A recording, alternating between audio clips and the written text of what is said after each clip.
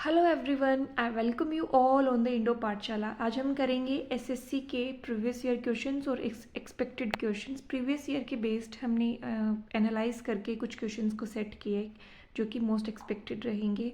SSC CGL, CHSL, CPO आने वाले exams के लिए ये सेशन बहुत इंपॉर्टेंट होने वाला है। आज हमारा लेक्चर नंबर 1 सेट नंबर 1 है। ठीक है, तो चलो शुरू करते हैं।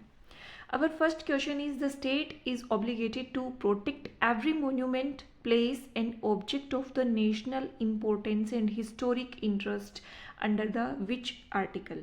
अब देखिए, आपको पता है कि पॉलिटी की अगर हम बात करें तो आर्टिकल्स प्रियम्बल हो गया, डीपीएसपी हो गया, फंडामेंटल राइट हो गया, मेकिंग ऑफ कॉन्स्टिट्यूशन, ये कुछ ऐसे टॉपिक्स हैं जिनमें से क्वेश्चंस आते ही आते हैं। ठीक है, तो हमें उन पे अपना अच्छा होल्ड बनाकर रखना है।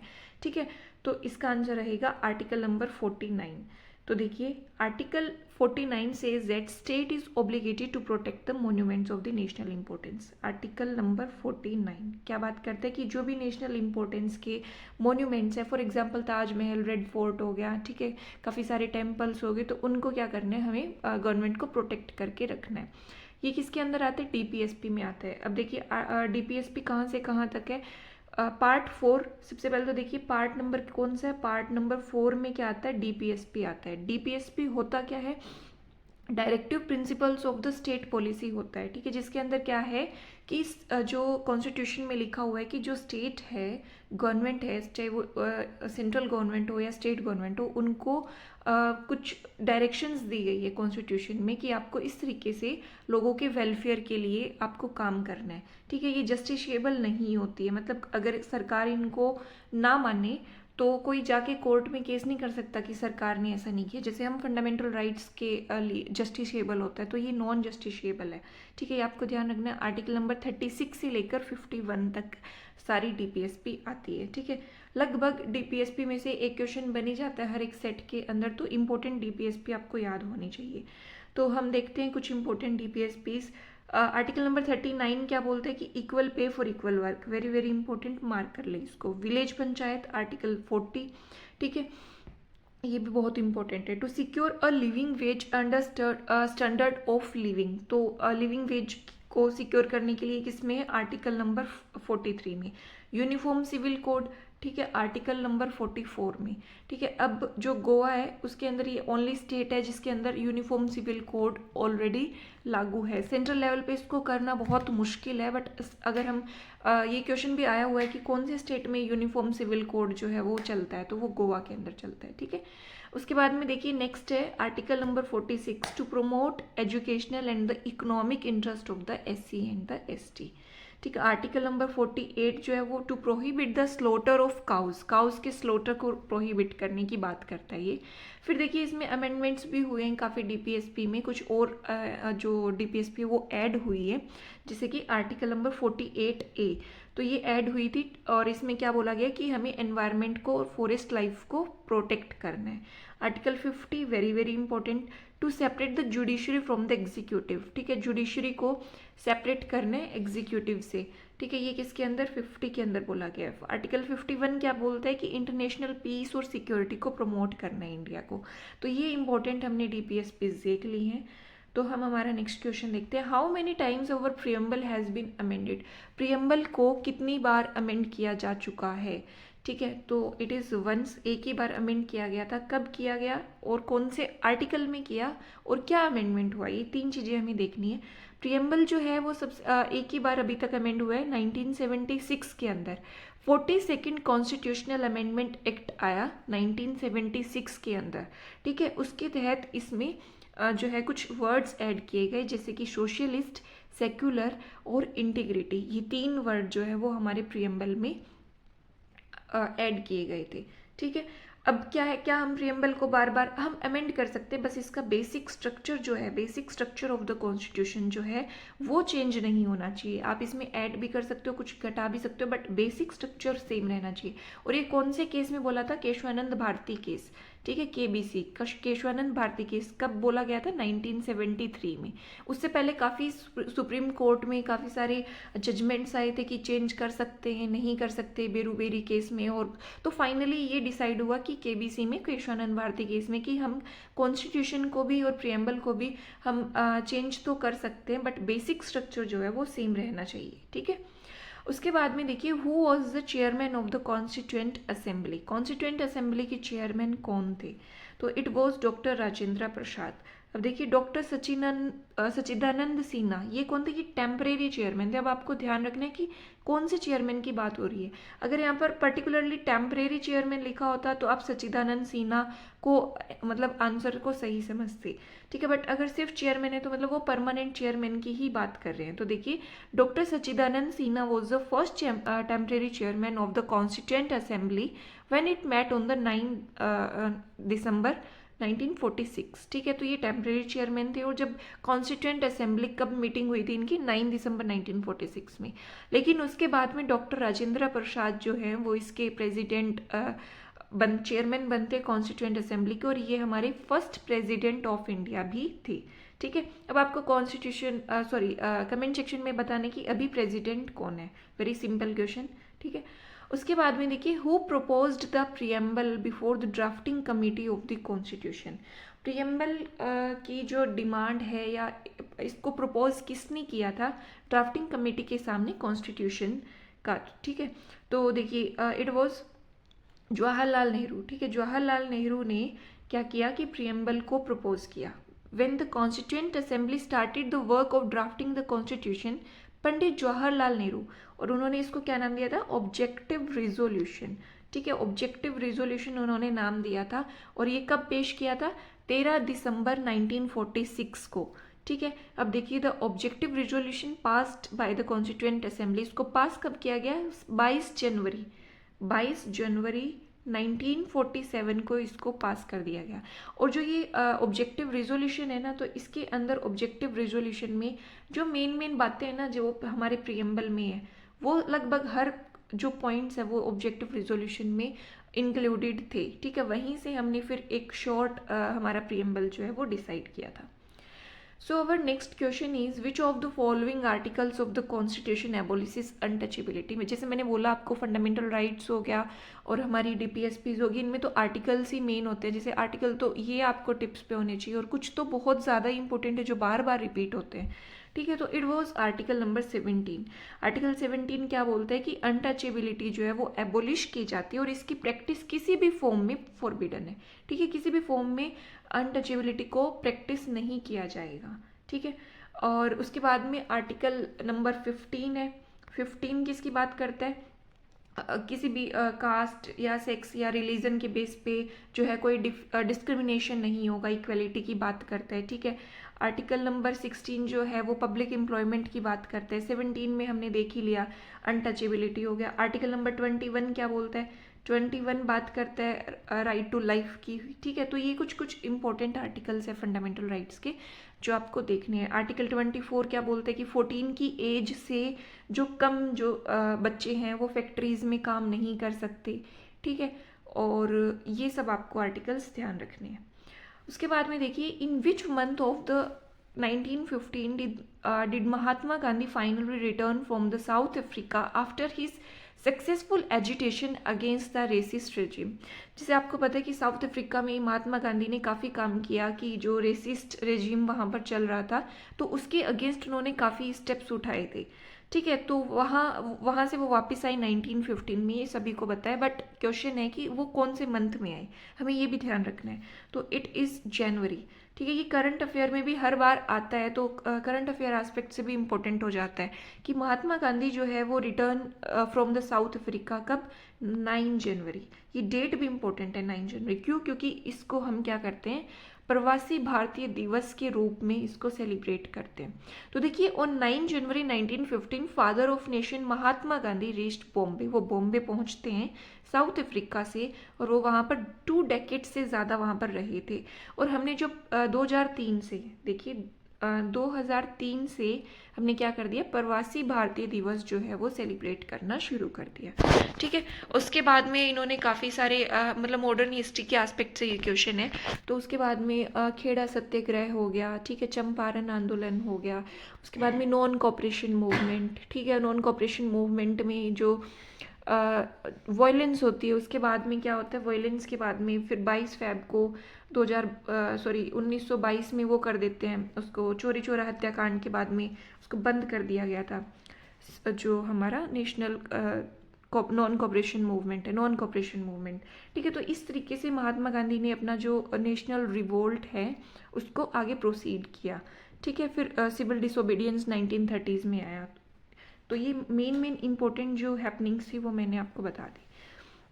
उसके बाद में देखिए, who among the following was associated with the Vaisheshika school of the philosophy. Vaisheshika school of philosophy, देखिए हमारी इंडियन एंशियंट हिस्ट्री में अगर हम बात करें तो बहुत सारी फिलोसफीज आई हैं। ठीक है, तो अलग अलग फिलोसफी में अलग अलग थॉट प्रोसेस है। तो हमें देखने की विशेषिका स्कूल किसने वो किया, कन्नडा ने किया। ठीक है, कन्नड़ भी बोलते, इसको कन्नडा भी बोलते हैं, ये एक पर्सन का नाम है। तो हमें देखना है कि क्या ये विशेषिका स्कूल बोलता है। The basis of school's philosophy is that all object in the physical universe are reducible to finite number of atoms.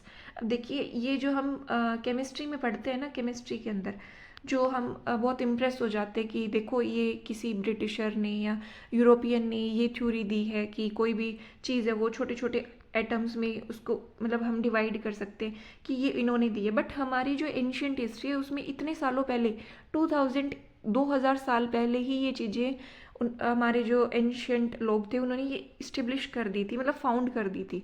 तो देखिए इसमें क्या बोला गया, विशेषिका स्कूल में बोला गया कि कोई भी ऑब्जेक्ट जो है जो फिजिकल यूनिवर्स में उसको रिड्यूस किया जा सकता है फाइनाइट नंबर ऑफ एटम्स में। ठीक है, तो ये हमारे बहुत मतलब 2000 से 3000 साल पहले ही ये चीज़ें इन्वेंट कर दी गई थी। ठीक है, and Brahman is regarded as the fundamental force that causes the consciousness in these atoms. ये क्या है, इसमें फंडामेंटल फोर्स है जो क्या करता है, इन दीज एटम्स को वो रखता है। उसके बाद में देखिए अलग अलग फिलोसफीज का, जैसे मैंने बताया बहुत सारी फिलोसफीज हैं। तो देखिए सांख्य जो फिलोसफी है वो किसने दी, कपिला ने दी। योगा जो है वो किसने दी, पतंजलि ने। ठीक है, नया न्याय जो है वो किसने दी, गौतम मुनि। और पूर्व मीमांसा जामिनी। अब देखिए ये क्वेश्चन पीवाईक्यू में आ चुका है। ठीक है, तो हो सकता है कि नेक्स्ट सेट्स में आपको ये देखने को मिले, ये पूछ लिया जाए, तो ये आपको याद रखना है। ठीक है, ऐसा नहीं कि आपने सिर्फ विशेषिका का देख लिया कि कन्नडा है। ठीक है, तो आपको ये ध्यान रखना है, सांख्य कपिला, योगा पतंजलि, न्याय गौतम मुनि और पूर्व मीमांसा जामिनी। ठीक है, उसके बाद में देखिए Jayaprakash Narayan was given the title of, Jayaprakash Narayan को टाइटल क्या दिया गया था, इट वॉज लोक नायक। तो देखिए प्रकाश नारायण जो है, जिनको जेपी भी बोला जाता है, इनको क्या लोक नायक का टाइटल दिया गया था। और वो कौन थे, वो इंडियन इंडिपेंडेंस एक्टिविस्ट थे। उन्होंने काफ़ी सारी थ्योरीज दी, तो थ्योरिस्ट भी थे, सोशलिस्ट भी थे और पॉलिटिकल लीडर भी थे। उनका बर्थ कहाँ पे, जन्म कहाँ हुआ था, 1902 में सीताब बिहार में हुआ था। और वो मार्क्सिस्ट आइडियाज से काफ़ी इन्फ्लुएंस्ड थे। और उन्होंने आईएनसी इंडियन नेशनल कांग्रेस को कब ज्वाइन किया, 1929 में किया। अब देखिए अगर आपको बिल्कुल मल्टी डायमेंशनल तरीके से पढ़ना है ना, तो जैसे अब आईएनसी का जिक्र आ गया तो आपके माइंड में क्लिक होना चाहिए कि आईएनसी की फॉर्मेशन कब हुई, 1885 में हुई। ठीक है, उसके टाइम पे उसके फर्स्ट चेयरमैन कौन थे, ठीक है, उसको हेड किसने किया, प्रिजाइड किसने किया। ठीक है, तो ऐसे एक पॉइंट से आपको मल्टीपल जो चीज़ें हैं वो आपकी क्लियर होनी चाहिए।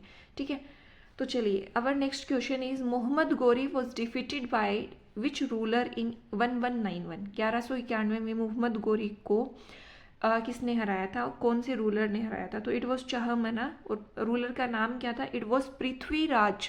ठीक है, पृथ्वीराज श्री चहमना रूलर थे। और उन्होंने सुल्तान मोहम्मद गोरी को हराया था 1191 में। ठीक है, और उन्होंने शायद 16 से 17 बार इनको हराया था। ठीक है, और उसके बाद में पृथ्वीराज को हरा दिया गया था बाद में, मोहम्मद गोरी ने इनको 1192 में इनको हटा दिया। और कौन सी लड़ाइयाँ हुई थी, बैटल ऑफ त्राइन। ये त्राइन कहाँ पर है, ये हरियाणा में है। हरियाणा में कहाँ पर, करनाल के अंदर। ठीक है, करनाल के अंदर ये त्राइन वाला एरिया आता है।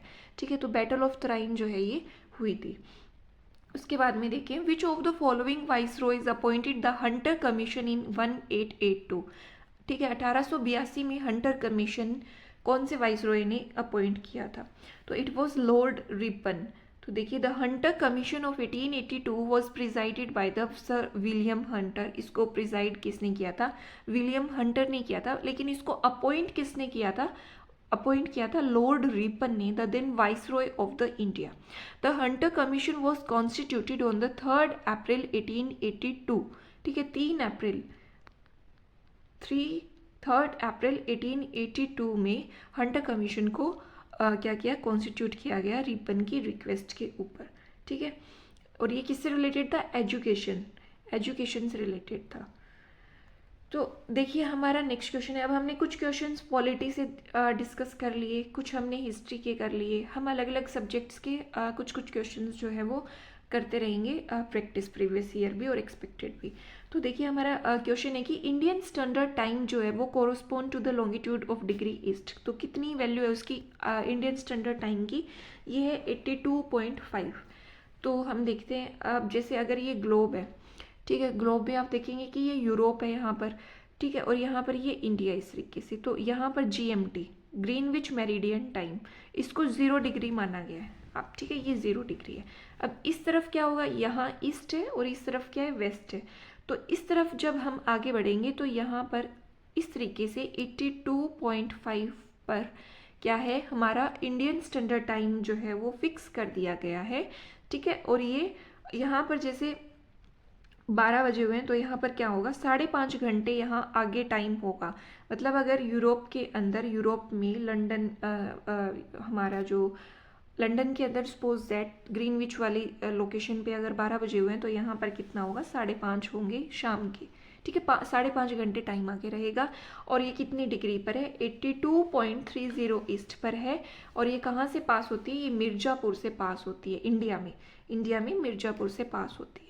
ठीक है, और अगर हम बात करें, जो हमने देखा ये यूरोप से, इससे पहले हम रहेंगे तो इससे पहले टाइम क्या होगा? माइनस में होगा। सपोज दैट यहाँ पर हम देख रहे हैं तो यहाँ पर क्या 12 है तो यहाँ पर 11 होंगे सुबह के। ठीक है, यहाँ पर 1 होगा अगर हम एक घंटे का वो देखें तो। ठीक है, तो हमारा नेक्स्ट क्वेश्चन देखते हैं हम। What is the total area of India? India का टोटल एरिया कितना है? तो इट इज़ 3287590 स्क्वायर किलोमीटर। ठीक है, इसको 3.28 स्क्वायर किलोमीटर भी बोल देते हैं, 3.28 लाख स्क्वायर किलोमीटर। तो देखिए, द टोटल ज्योग्राफिकल एरिया कितना है? ये है 3287590 किलोमीटर स्क्वायर, जो कि इंडिया को 7th लार्जेस्ट कंट्री जो है वो बनाता है।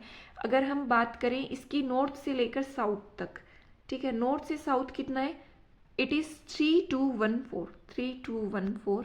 ठीक है, और ईस्ट से, वेस्ट से ईस्ट कितने? 2933। मतलब कि नॉर्थ साउथ अगर हम देखें तो ज़्यादा लंबा जो है वो डिस्टेंस पड़ता है। और ईस्ट से वेस्ट कितना है? 2933। अगर हम लैंड फ्रंटियर की बात करें तो कितना? ये 15,200 किलोमीटर। और कोस्ट लाइन की अगर हम बात करें, ये कोस्ट लाइन, तो ये कितनी है? 7517। अब जो ये है ना 7517, ये सिर्फ और सिर्फ इन्हीं की नहीं है। यहाँ पर जैसे हमारा लक्षद्वीप हो गया या अंडमान निकोबार, ये भी इंक्लूडेड है इसके अंदर। ठीक है, तो ये आपको ध्यान रखना है। उसके बाद में हमारा नेक्स्ट क्वेश्चन है, if in the east it is Guhar Moti, in north it is Siachen glacier, then in south it is. तो ये साउथ में क्या रहेगा? इंदिरा पॉइंट रहेगा। ये क्या बोलना चाह रहा है? जैसे अगर हम बात करें, हमारे ये इंडिया है जैसे, ठीक है, तो नॉर्थ में, सबसे नॉर्थ में क्या है? सियाचिन ग्लेशियर है। यहाँ पे सियाचिन ग्लेशियर है। अगर हम ईस्ट की बात करें तो यहाँ पर गुहार मोती है। तो सबसे साउथ में, साउदर्न मोस्ट पॉइंट इंडिया का क्या रहेगा? तो ये हमारा इंदिरा पॉइंट है। तो देखिए, इंदिरा पॉइंट जो है located in the Nicobar district में है ये, of the Andaman Nicobar island, marks the southern most point of the, ये साउदर्न मोस्ट पॉइंट रहता है इंडियन टेरिटरी का। ठीक है, और गुहार मोती किस कहाँ पड़ता है? ये western most inhabited in the Kutch. Sorry, ये यहाँ पर मिस प्रिंट हो गया, ये वेस्ट की बात कर रहे हैं। ठीक है, तो ये वेस्टर्न मोस्ट इनहेबिटेड रहेगा कच्छ, गुजरात के अंदर, गुजरात वाले एरिया में गुहार मोती।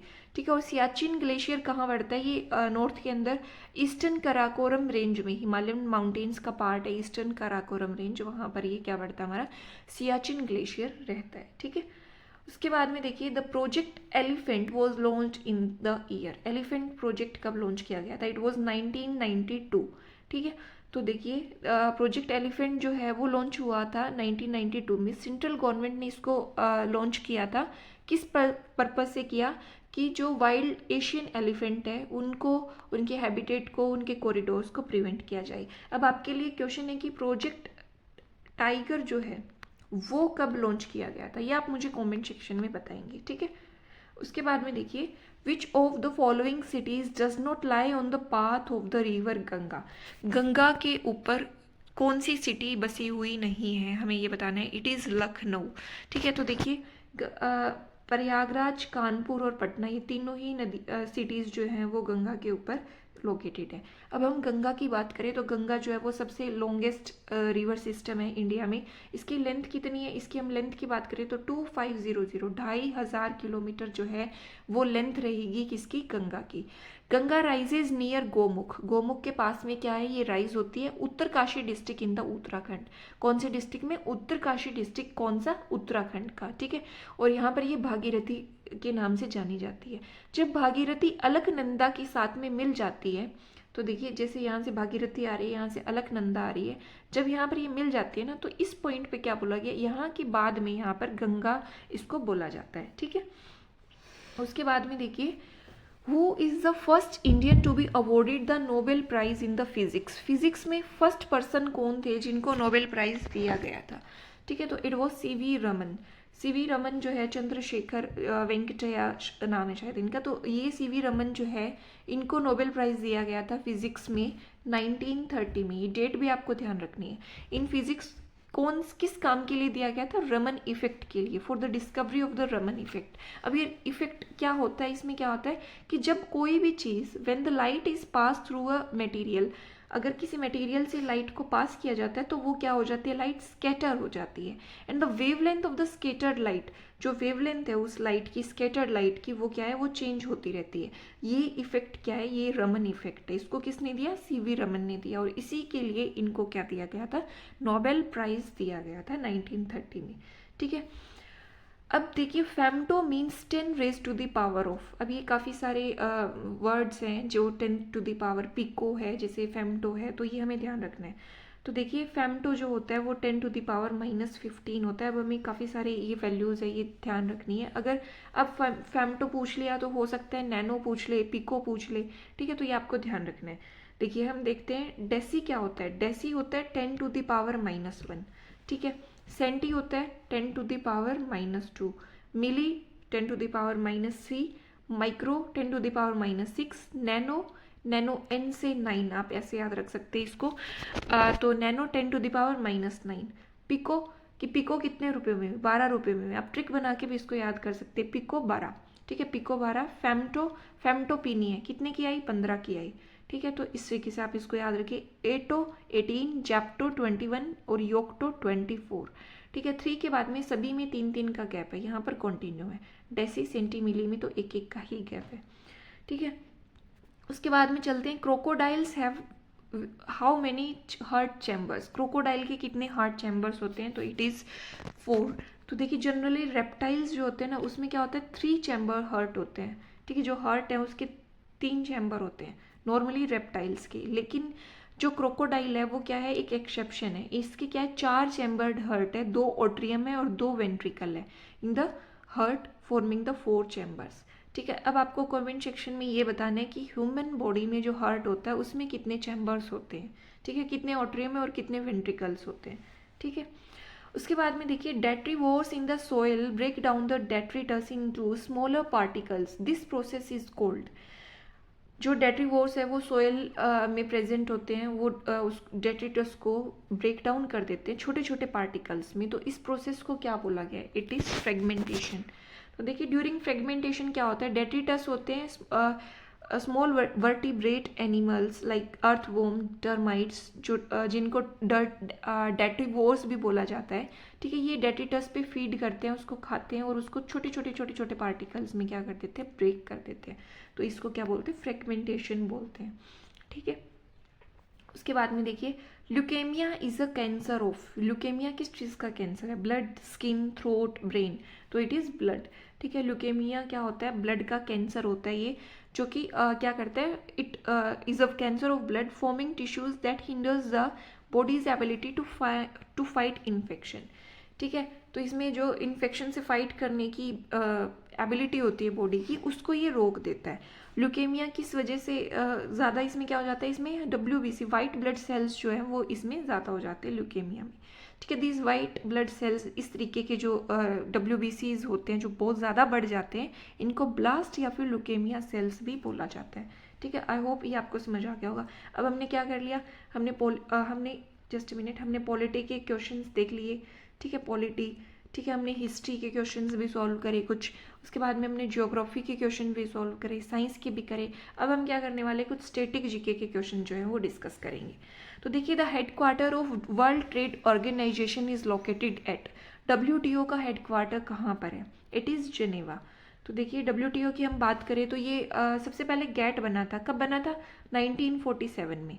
ठीक है, गैट बना था 1947 में। इसके काफ़ी सारे फिर राउंड्स हुए, इंपॉर्टेंट राउंड्स, जैसे टोक्यो राउंड, कैनेडी राउंड। ठीक है, अलग अलग राउंड्स हुए थे। ठीक है, और उसके बाद में जैसे उरुग्वे राउंड हुआ, कब हुआ उरुग्वे राउंड? देखिए ये उरुग्वे राउंड हुआ 1986 में स्टार्ट हो गया था, ये 1994 तक ये चला था। ठीक है, तो उरुग्वे राउंड में क्या हुआ कि जो गैट है वो क्या बन गया? WTO बन गया। It led to the creation of the World Trade Organization. ठीक है, WTO begin operations on the 1 January, और इसने अपना काम कब शुरू किया? 1995 में काम शुरू किया।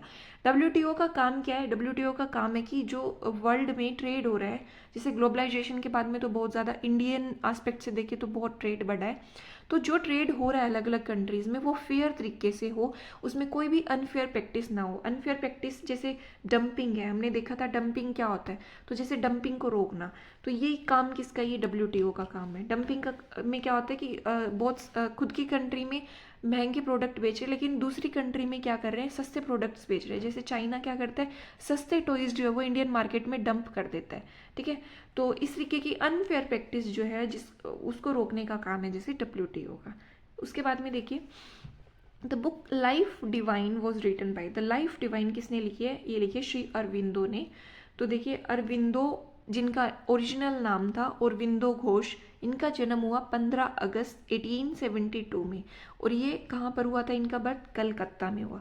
ये बुक इन्होंने लिखी थी the Life divine, Aurobindo Ghosh ने 1939 में। इन्होंने बहुत सारी इंपॉर्टेंट बुक्स भी लिखी हैं, for example essays on the Gita, powers within, rebirth and the karma and the synthesis of the yoga. ठीक है, तो ये इंपॉर्टेंट बुक्स है। अब अगर लाइफ डिवाइन पूछा गया तो हो सकता है आने वाले टाइम में इन बुक्स के बारे में भी पूछ ले, तो ये आपको ध्यान रखना है। उसके बाद में देखिए, the phrase gross national happiness was first coined in, gross national happiness का कॉन्सेप्ट सबसे पहले कहाँ पर आया? तो इट वॉज भूटान। तो देखिए द ग्रोस नेशनल हैप्पीनेस जो है वो एक टर्म है जो कौन से 4th king of Bhutan, Bhutan के 4th किंग लेके आए थे। कौन थे ये 4th किंग? जिग्मे सिंगे वांगचुक, ये 4th किंग थे, और इन्होंने 1972 में ग्रोस नेशनल हैप्पीनेस का कॉन्सेप्ट ये लेके आए। इन्होंने बोला कि जो ग्रोस नेशनल हैप्पीनेस है GNH है, ये GDP से भी ज़्यादा इम्पोर्टेंट होता है। ठीक है, GNH जो है इसमें कितने फैक्टर्स हैं? इसमें 9 मेजर्स लिए गए हैं। फॉर एग्जांपल हेल्थ हो गया, एजुकेशन हो गया, साइकोलॉजिकल वेलबींग हो गया, टाइम यूज़ हो गया, तो इस तरीके के जो अलग और भी फैक्टर्स हैं, तो 9 फैक्टर्स इसके अंदर आते हैं। ठीक है, तो ये आपको ध्यान रखना है। उसके बाद में देखिए, in which year did the first SAARC summit take place, first SAARC summit कब हुई? ठीक है, तो ये हुई थी 1985 में। तो और सार्क की फॉर्मेशन भी इसी मीटिंग के साथ में, इसी समिट के साथ में हुई थी। The first summit was held in Dhaka में हुई है बांग्लादेश में ऑन 7-8 दिसंबर 1985, और इसको अटेंड किसने किया? बांग्लादेश, मालदीव्स, पाकिस्तान, श्रीलंका, भूटान, नेपाल और इंडिया के जो यहाँ के तो प्रेसिडेंट थे, किंग, और भूटान और नेपाल के किंग थे, और हमारे प्राइम मिनिस्टर थे। ठीक है, इसमें 8 कंट्रीज आती हैं। काठमांडू और नेपाल जो है यहाँ पर काठमांडू जो नेपाल में है, यहाँ पर इसका हेडक्वार्टर इस्टेब्लिश्ड है। अब आप कंफ्यूज मत हो ना, फर्स्ट जो वो समिट हुई है ना वो बांग्लादेश में हुई है, लेकिन उस टाइम पे उन्होंने डिसाइड क्या किया कि हेडक्वार्टर हम काठमांडू नेपाल में रखेंगे। ठीक है, लेटेस्ट इसमें मीटिंग कब हुई थी, समिट कब हुई थी, ये हुई थी 2014 में। उसके बाद में कोई भी मीटिंग नहीं हुई है, और ये सार्क का बहुत बड़ा फेलियर है। अगर सार्क एक साथ आके बहुत सारी जो ट्रेड से रिलेटेड, इकोनॉमी से रिलेटेड, टेक्नोलॉजी से रिलेटेड, ठीक है, मिलिट्री ऑपरेशन से रिलेटेड अगर बात करें तो बहुत जो हमारा ये साउथ एशिया वाला जो पोर्शन है ये डेवलप हो सकता है। लेकिन इंडिया और पाकिस्तान के जो इश्यूज़ हैं उसकी वजह से यहाँ पर मीटिंग समिट्स हो ही नहीं रही हैं काफ़ी टाइम से। ठीक है, उसके बाद में देखिए Bathukamma and Bonalu are the state festival. हो, ये कहाँ के स्टेट फेस्टिवल है, ये तेलंगाना के स्टेट फेस्टिवल्स है। देखिए Bathukamma is a festival of Telangana, जिसमें क्या होता है, वुमेन जो है वो फ्लावर्स के साथ में, जो कि वहीं पर ग्रो होते हैं जो फ्लावर्स, उनके साथ में फेस्टिवल्स में वो पूजा करती है, वर्शिप करती हैं या सेलिब्रेट करती हैं इस फेस्टिवल को। ठीक है, और ये तेलंगाना का स्टेट फेस्टिवल है। और दुर्गा नवरात्रि जब होते हैं 9 दिन के, तो उस टाइम पे इस फेस्टिवल को मनाया जाता है। ठीक है, our next question is the Indian struggle is a book written by, Indian struggle book जो है वो किसने लिखी है, it is written by Subhash Chandra Bose. देखिए द इंडियन स्ट्रगल बुक जो है ये सुभाष चंद्र बोस ने लिखी, और ये 2 पार्ट्स में लिखी गई है, और इसमें बहुत एनालिटिकल स्टडी की गई है फ्रीडम स्ट्रगल की, कहाँ से कहाँ तक। Non cooperation movement, non cooperation movement कब हुआ था, 1920 के आसपास, और तब से लेकर क्विट इंडिया मूवमेंट, 1942, तब से लेकर तब तक सारी इसमें जो है वो एनालिटिकल स्टडी हुई है कि किस तरीके से हमारा नेशनल स्ट्रगल जो है वो आगे बढ़ा था, और इसमें महात्मा गांधी का क्या रोल था, क्रिटिकल रोल था, उसको इसमें एनालाइज किया गया है। ठीक है, उसके बाद में देखिए in which year was the Ramlila inscribed on the UNESCO representative list on the intangible cultural heritage of humanity. देखिए यूनेस्को जो है उसमें इंटेंजिबल, जिसको हम छू नहीं सकते, टेंजिबल तो जैसे टेंजिबल कोई मोन्यूमेंट होगी, जैसे ताजमहल हो गया, ठीक है, वो तो टेंजिबल है, बट इनटेंजिबल जिसको हम छू नहीं सकते, ठीक है, तो ऐसे कुछ कल्चरल हेरिटेज होती है कंट्री, अलग अलग कंट्रीज़ की। तो हमारी जो इसमें रामलीला एक ऐसी इनटेंजिबल कल्चरल हेरिटेज है, तो ये कब इसमें ऐड की गई थी इस लिस्ट में, तो ये 2008 में की गई थी। तो देखिए हम बात करते हैं, इंडिया जो है वो हेरिटेज और कल्चरल डाइवर्सिटी के लिए जाना जाता है, तो इसमें इसके कितनी 14 अलग अलग तरह की जो है वो इसमें इंक्लूडेड है इस लिस्ट में। तो इसमें रामलीला जो है वो कब ऐड की गई थी, 2008 में की गई थी। और इसमें क्या होता है, the traditional performance of the Ramayan, Ramayan जो है तो उसकी परफॉर्मेंस की जाती है इसमें, नॉर्थ इंडिया में मेनली ये होता है। ठीक है, और ये दशहरा जो फेस्टिवल है उसके टाइम इसको किया जाता है। ठीक है, अब हम देखते हैं कि हमारी जो 14 अलग अलग इंटेंजिबल कल्चरल हेरिटेज लिस्ट है वो कौन सी है और कब कब वो ऐड की गई। अगर रामलीला के बारे में पूछा गया तो हो सकता है आपसे गरबा के बारे में पूछ लिया जाए कि गुजरात का गरबा कब ऐड हुआ। ठीक है, बुद्धिस्ट चैंटिंग कब ऐड हुई, तो ये आपको ध्यान रखना, ये एक्सपेक्टेड क्वेश्चंस में आएगा। रामलीला, कुदियत्तम और वैदिक चैंटिंग, ये 3 अलग अलग जो हमारी कल्चरल हेरिटेज है ये ऐड हुई थी 2008 में। रम्मम हुई 2009 में, छाऊ डांस, कलबेलिया और मुदियेतु ये हुई 2010 में, बुद्धिस्ट चैंटिंग 2012 में, संस्कृत ताना 2013 में, brass copper craft of utensil, brass और कॉपर के जो बर्तन हैं ये कब ऐड हुए, 2014 में, योगा और नवरोज, ठीक है, ये हुई 2016 में, कुंभ का मेला जो है वो 2017 में, दुर्गा पूजा जो कलकत्ता में होती है, माँ दुर्गा की पूजा जो है वो 2021 में, और गुजरात का गरबा अभी लेटेस्ट पिछले ही साल 2013 में इसको ऐड किया गया। तो ये हमारी 14 इंटेंजिबल कल्चरल हेरिटेज लिस्ट है। ठीक है, और ये आपको हर एक इसमें ये भी आपको ध्यान रखना है कि जैसे कलबेलिया का जिक्र आ गया, तो ये कलबेलिया डांस है, ये कहाँ से, ये राजस्थान से। तो आपको जो डांस है ना वो आपको देखना है कि ये किस चीज़ से रिलेटेड, आपको हल्का हल्का मतलब आपका इस पर होल्ड होना चाहिए। ठीक है, तो उसके बाद में हमारा नेक्स्ट क्वेश्चन है, ये आपको इसका आंसर देना है कि फेमस केव्स ऑफ उदयगिरी और खंडागिरी, ये जो केव्स है ये कौन से स्टेट के अंदर है, उड़ीसा में, झारखंड, बिहार, छत्तीसगढ़, ये कहाँ पर है, ये आपको आंसर करना है कमेंट सेक्शन में। आई होप आपको ये लेक्चर पसंद आया होगा।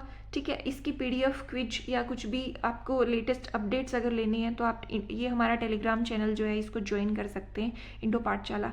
और अगर आपको सारी पीडीएफ्स का एक्सेस चाहिए तो आप डिस्क्रिप्शन में दिए गए कॉन्टैक्ट नंबर पर कॉन्टैक्ट कर सकते हैं। उसमें जीके का एक अलग सेक्शन है, ठीक है, और करंट अफेयर्स का अलग सेक्शन है। ठीक है, उसमें आपको एक बार पेमेंट करने के बाद में सारी पीडीएफ्स का एक्सेस आपको मिल जाएगा। I hope you like this video. Thank you very much.